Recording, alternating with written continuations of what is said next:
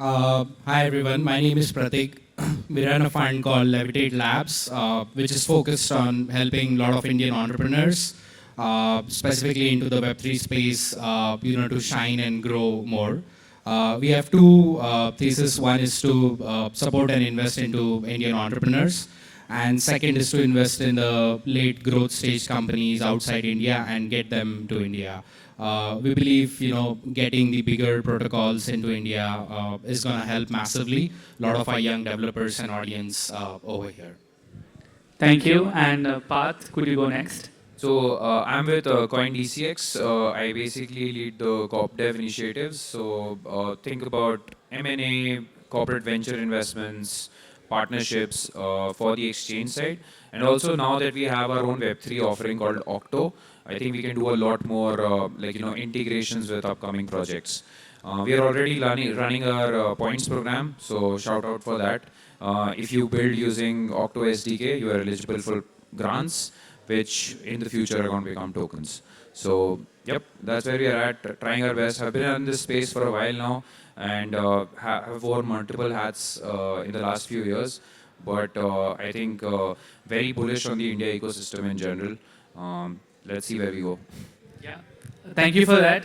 So I'll get the conversation started. 2024 has been very different versus the previous years. Pratik and Path, this question is to both of you, but Pratik, we'll start with you first. What are the key trends that have emerged this year, and how different are they from the previous years that you've seen? Any, you can talk maybe about some of our portfolio companies that are building in those specific subdomains. Sure. I think the FTX era was pretty, hard for everyone to get in. We saw a lot of our portfolio companies who had raised pre-Series A or Series A. They were in the phases to launch token, especially in the 2023 cycle. But the market was so, sort of not that great, environment to launch. So it was very difficult into that things. So we saw a lot of these founders, build on multiple use cases, have the communities build, and basically go like really well, deep into it. What led to this is some interesting new use cases, which definitely a lot of the retail and a lot of the VC side also wanted to see. So we saw a lot of spurge early this year into Deepin and AI, which really boosted and had like multiple other founders starting build on this. So those were the two main areas that we saw a lot of these companies getting in. I think the market post the election has been like really good, and we're seeing a lot of our portfolio companies starting to prepare for launch or already launched. So in span of last 2 weeks, we had Supra Oracles launch their token. I think we invested in late 2020 in them. So it's been like 4 years of really hard wait for it. Congratulations, that's a good one. Thanks. And then we also saw Peak Network, launch. So we saw some couple of big $1 billion plus FTVs getting launched. We're also seeing a lot of other smaller startups who raised in the range of $3 to $5 million come up with some community drops and some other initiatives to go into it. So that's the general, what we've seen. Got it. And Part, any specific projects that you are bullish on? The two that he's mentioned, I think both of them have had phenomenal launches, both Supra and Peak. And these are projects that have been around for at least more than a cycle. Like they've been building for 4 years. As an investor, I think now is a very tricky time to invest, especially on the private side, because markets are just running up. Liquid tokens are doing well. If you invest now, when do you see any kind of exit opportunities? So for me, I think the better time to invest was during the bear market, when froth in the market is at its lowest. There's no tourist capital which is raising valuations. So you get to see the real builders come out from their trenches. So I think I personally believed that private side of investing was much better in 22, 23, even though it was very difficult to raise rounds, but you got good valuations and you met genuine founders who were building something different. And I think most of the narratives that we are bullish on now, Deepin and AI, they were being built through the bear market, and now we're just seeing the results. I don't think we are anywhere close to the peak for both these trends. They are the true sort of where do Web3 real world use cases emerge from? It's going to come from DeepIn. It's going to come from AI. AI, so like I think like we had DeFi summer in the last bull market. It'll be AI summer in 25. Yeah. So we hear a prediction here, guys. So if you guys want to like take your positions accordingly. So something that is very peculiar to Web3 is that companies go public a lot more earlier in the sense.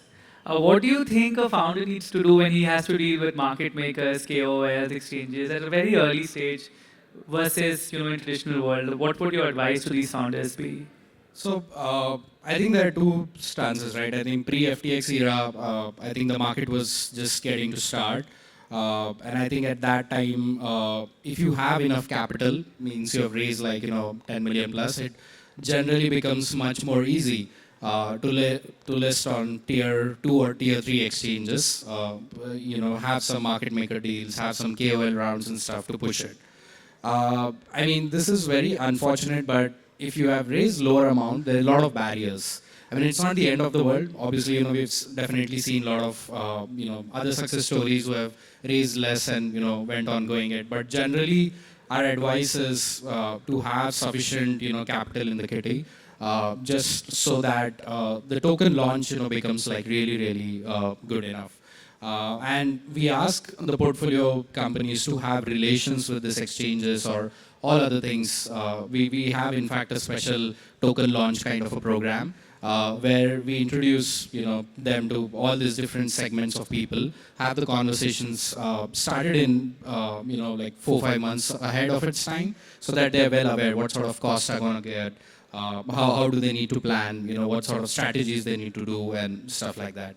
But I think, this is on one side. I think this is all logistical thing, I would say. It's more operational kind of thing. I think what is the most important is how strong your community is backing, how strong the product is getting utilized, what sort of metrics or the entire market is asking from that. So we had like really good use cases. Like we had this portfolio called Trueflation. I think Oliver is also come down to India. So they had a fantastic use case of inflation index, which was really, really wanting, and different countries were asking them to go and launch. So there's a lot of inbound requests, and that's sign of a great product where it is there. And they had a fantastic token launch. At peak, they went to like 800 million FDV. Tons of interest from a lot of other exchanges and stuff. So that's like an organic curve, where your product is being loved, and then naturally all the other players will come into play.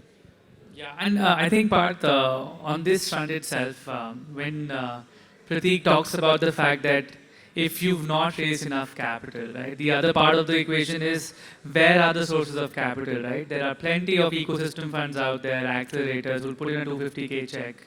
But who do you really go to in India to raise that 5 million plus round? What are your thoughts on that, and how can this change? Like, as I think when we were discussing this, I said it's a huge no. Like, is there enough capital for Web3 projects? No, there's not. I think this was one of the first things that I saw when I entered the investment space in India, that you have to like build like a sort of global image. You have to create bridges for global capital to come and see your projects. I think the ecosystem funds are doing a great job to like start that. But what we really need is like crypto native funds to become more active in India. If I have to think of it, the 3 funds that are sitting here and probably CoinSwitch Ventures, there are like 4 funds which are actively deploying in the country. So I think that has to change.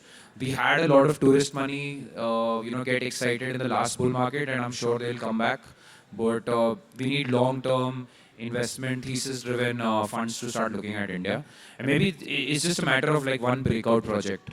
And you also touched upon, all these other market-making related problems. I think these are like necessary evils. Like if it was a regulated industry, all of this wouldn't be happening. But then we wouldn't be happening at the pace that it happens, and it won't be at the scale that it happens. So, projects have to, it's almost as important as building a good project. You have to build your, token strategy as well. Got it. And just want to ask you on this liquid side, or how to position your portfolios for the upcoming, I would not say, guaranteed bull run, but that's what the initial signs look like. So what are you telling your portfolio founders in terms of don't get distracted, don't be forced to launch tokens right now, or is that like a rinse repeat formula that you have? I think it's highly impossible to predict what's going to happen in like next few months, and even in the founder's shoes, it's very difficult for them to take a stance as well. I think the general advice what we generally give is follow your gut instincts. I mean, lay down the different ideas and let's walk through it, right? What are the possible scenarios and stuff? And a lot in these times, I think the lead investor, probably since they've gone through a lot of these cycles, there are a lot of good VCs out there, who will help in strategizing the entire things as well. So that's a general key advice. Sometimes founder want to have launched their tokens because they believe that the token utility is right from day one. And I mean, if they're really passionate about that, I think we just promote them and see, okay, let's go and launch up the tokens part. I think if your VC is asking you to launch your token, there's like you're not with the right VC. Like basically, like it is a very, it is more the project's decision rather than the market's decision. And like again, if you're just looking for exit liquidity, if you're trying to like time the markets in terms of a token launch, if the product is ready, there is going to be like demand for the token in itself. So your prices are any which way is going to do well, be it bear market or bull market. Having said that, if there is a vesting schedule, and like tokens generally have like a vesting schedule, I think VCs would be interested in having some kind of liquidity in 25. Maybe not their entire positions, but like have like some kind of quarterly unlocks, so that there's not enough pressure on price also, but like there is chance for the VC to find an exit. Got it. And Parth, my next question is to you, particularly given the nature of the company you're a part of. How do you look at investment from a strategic value point? And is there a lot of M&A happening in India? Do you think globally it's going to pick up? And what are your thoughts on that? Globally, it's going to be, I think investment banks are going to start getting interested in this space because there will be so much M&A activity. And I was expecting that to happen during the bear market, but I think a lot of people have survived that and now are just looking to 10x their scale by merging together with somebody. So on the corporate, side, corporate M&A side of things, I think things are going to heat up. We'll see a lot of IPOs in the US. After Trump, comes in, Circle is a big one, which is going to line up. Probably Ripple, like all of these, companies are going to line up for listings. And once they get that public capital money, they will go out and, acquire smaller competitors or smaller, strategic companies that they can, that can add value to them. On an India front, I don't foresee a lot of M&A, but I think there is going to be a point of time where smaller players would like to look at some kind of exit strategy. So happy to talk to somebody who's looking for something strategically. Yeah. So are you guys active outside India? Yeah. We are the biggest exchange in Dubai now, BitOasis. This acquisition happened last year, but I think in the future as well, we are looking at both new geographies as well as new product lines and new businesses that we can, expand into. So exciting times, yeah. Got it. And Prateek, on to you again, similar in terms of structure, the nature of your firm. How do you look at different ecosystems and ecosystem alignment? Do you, tell the founders go to an ecosystem where the community lies, or is it more to do with tech, or is it more to do with just people who can make you survive a bear market in terms of your capital? Yeah, so I think it's always hard, right? Because there are different use cases, which are built on different, sort of ecosystems. And I think one thing that we have learned hard is not to enforce on any founder, because that just does not go into the natural way and something. So it's more of their internal, sort of decisions which to get in. But since we interact with a lot of these ecosystems and stuff, we have a fairly idea on what support the founder is looking for, right? I think if the startup has raised adequate amount and they need more of the eyeballs or more of the marketing support or representation, then we have some chains, that they need to speak to. Any names? Not any name calling on that. I mean, everyone's doing some fantastic work, but I think it's more to do about the. I can take names. Yeah, probably he's in a more better position to take out the names. But yeah, I think it's more about what kind of support they need, from the ecosystem and sort of. And I think one good thing which has happened in last 15 months is we have seen a lot of India offices opened up.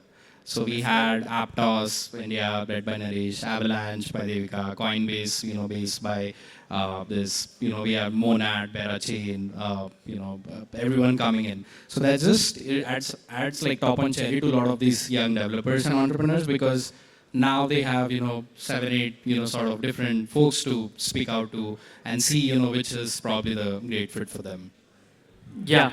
I Names. think, like you took some of the names. Like I think basically anybody who's appointing an India head or is setting up an India office, India becomes like a P1 market or P0 market for them. I was doing this panel yesterday at Unfold as well. Chain was all India chain heads, and they have nothing but like whatever their budgets were in 2024. I think it's going to 4x, 5x next year, where they will hire more devs, do more hackathons, support more builders early on. And you can't ignore India as a chain. You are going to like. I think there was a stat. Every chain has one developer from India, and that number only goes up. Yeah, I think if any of you want to get into the industry or is looking to join forces with large firms, there are plenty of L1s who are currently hiring. We know Monad is doing like hiring for an India head. Supra is looking at PD. So yeah, please be on the lookout. Coming to one very controversial, I don't think it's a controversial topic, but I think a lot of people from the outside look at it as meme tokens in India have gone through the roof. They are experiencing some crazy volume and growth. What is your view in terms of what is the intrinsic value of something like this? What is the time duration of something like this? And does it even need to be taken seriously? Uh, I'll just like give a exchange perspective here. I think it is also a function of education. Like whenever you look at top 5 traded tokens, BTC, ETH, then there'll be Doge and SHIB and some other like meme coin. It's because I think the way the Indian user base like looks at it is quick money plus like low ticket entry. Like you can buy a SHIB, like in 1 rupee you can get like so many SHIB. So people are like, yeah, it makes sense. But I think this is just a very cyclical sort of a play. Nothing against meme coins. They're a part of culture. They are going to stay with us. But the exuberance that we've seen of late, it is a part of where we are in the market, where new risk capital is going into the most riskiest asset, and a lot of it is probably degen money, which is getting rotated. So memes are here to stay. Not sure if they'll become like a $1 trillion subclass in themselves. Meme tokens, by the way, are bigger than DeFi tokens. If you look at market cap, already like 100 billion plus. Yeah, Pratik, your opinion? I think he has a greater view because from the exchange perspective, they know the internal volumes and stuff. But I think, yeah, I mean, the general outlook is whenever, we speak to non-Web3 friends and stuff, right? The general retail outlook is, hey, this looks cool, this is going like 10x, or, there is a possibility of something, which is very hard in the other, traditional other coins and stuff. So it's sort of a fun element where people like to gamble. And I think crypto's most intrinsic use case of trading, is validated over here. So it's a definite. You put it rightly. It's difficult to explain what DePIN or DeSci is to people, but dog with hat, I think I can put my dog with hat. Got it. And coming to the the latter part of this conversation, I just wanted to ask you, what is your ask from the regulators, the government in India? How can we make this, come industry flourish despite, not because of the regulations, but despite it, right? Like, so. Yeah, I think probably there are 100 asks because it starts with the company registration, right? I mean, nobody registers over here. They have to go offshore, either find some Caribbean island, Singapore, or some other entity where they have to, register the entity for the token launch kind. Second, more from the VC perspective and what Parth said, since there's no liquidity in India, right? Even when we're talking to a lot of these family offices who are investing into traditional Web2 funds, they are not able to take positions into fund like ours because it's very hard to, again, separate out. I mean, if they have family offices offshore, then it's a case. But it's really very hard to even set up, some entity over here which goes on that. So that is like a blocker where capital inflow is like very, very limited. And we see that with a lot of startup founders where, say, suppose I am a developer, I have some, intrinsic idea. First thing is, okay, I go to ecosystems, I raise some grant. The next is either I speak to 3, 4 VCs, which in India do not lead or do not dare. They have to either go to Singapore, Hong Kong sort of VCs or go to the, West in the US. So it's very hard because of the cultural differences, the language barriers, and say it's like it takes additional 6 months. And the crypto cycles are so fast, you don't know whether that idea will be still there or if it is not there. So and that is one of the most important reason we haven't seen a lot of success stories here. I mean, apart from Polygon, Bioeconomy, and the initial homegrown thing. I mean, this year statistics were, I think there were just 2 companies who raised more than 10 million. I mean, it's kind of shit, right? I mean, we should be producing more good stories. People, founders with some bold ideas should be raising more. But, that is not happening, because of that. But we're trying to address, I mean, on the positive side, I think both from the DCX Ventures, our end, and I know for a fact from your as well, we're helping a lot of these entrepreneurs connect with some tier 1 folks and, get things going. So. The less I talk about regulation, the better. But in general, I think it's going to be a long ask. It's not a P0 for the government to look at crypto as an asset class. But I think there are the steps are in the right direction. I think our work at Bharat Web3 Association also helps a lot. Create the right education around the space. I think more than anything else, there are a lot of misconceptions as to how crypto can be misused. Not against regulation at all. Like, we need regulations, we need some kind of compliance in place. We need, especially after recent incidents, we need some kind of safeguards also for investors. So regulations are more than welcome. It's just the timeline has to probably speed up. And I think a big trigger for that is nowhere in the world it is happening that quickly. So I think with the US Trump presidency, if the US takes a sort of a leading role, becoming the crypto capital of the world, rest of the nations will have to follow. Mica is coming live in 25 anyways, so Europe is going to be like a regulated market. Dubai is trying to become a hub. Singapore has become a hub. So I think as our government also starts seeing these regional, sort of competitors come up for our talent, I think more sort of supportive regulations are going to come into place. Great. So that brings us to the end of our conversation. We have some time in case people have a few questions, please. Hello, myself Sunil Agarwal, and my question is for Prateek. What is your thesis on mass crypto applications, and specifically, have you ever invested in a Web3 dating network? I think consumer applications are, always that either 0 or 1 sort of an approach. And we have seen that with few deals in the last 2 years, whether it's Farcaster or Lens or some other kind of protocols. The thing is, for people to come in, I mean, if you see the traditional Web2 applications or the social part, it's very easy for people to get in, have some time spent on that app and come out. For crypto, I think having some different layers where there's some coin thing or some wallet or something limits this thing. But we are seeing like a lot of these unnecessary steps go away so that normal people come in. In fact, in India, we are seeing and we are backing like a couple of good startups as well in that space where say a comic kind of a thing which is very popular. How are they leveraging their existing community? Or if there's an influencer, sort of an YouTubers, which gather around, have some predictions, which are being done on that, some sort of things. But I think it's still in the nascent stage because you don't know how the monetization of that particular thing can be done. But I mean, consumer is definitely in the top, 3 or 4 sort of use cases that we're looking at. I think if I Dating, the second part. I mean, we need to go deeper into it. It's very specific. Maybe we can take So, it. sir, we have a portfolio company called Reclaim. One of the founders has started a Web3 dating service, so maybe we can connect you to them in case you don't want to know. Abhilash is a good friend. Great. I was just going to add, like, for consumer apps specifically, I think you should still try to find the niche. And I'm like, I think paraphrasing Imran from Alliance DAO, where people say, go after TAM, go after TAM. Instead, try to find a niche. Because crypto in general, like, it is a very niche sort of product in itself. Once you find that niche, you have to, let's say you get 100 users, get the PMF right for those 100 users. And then probably you can find communities which are similar to those 100 users in scale.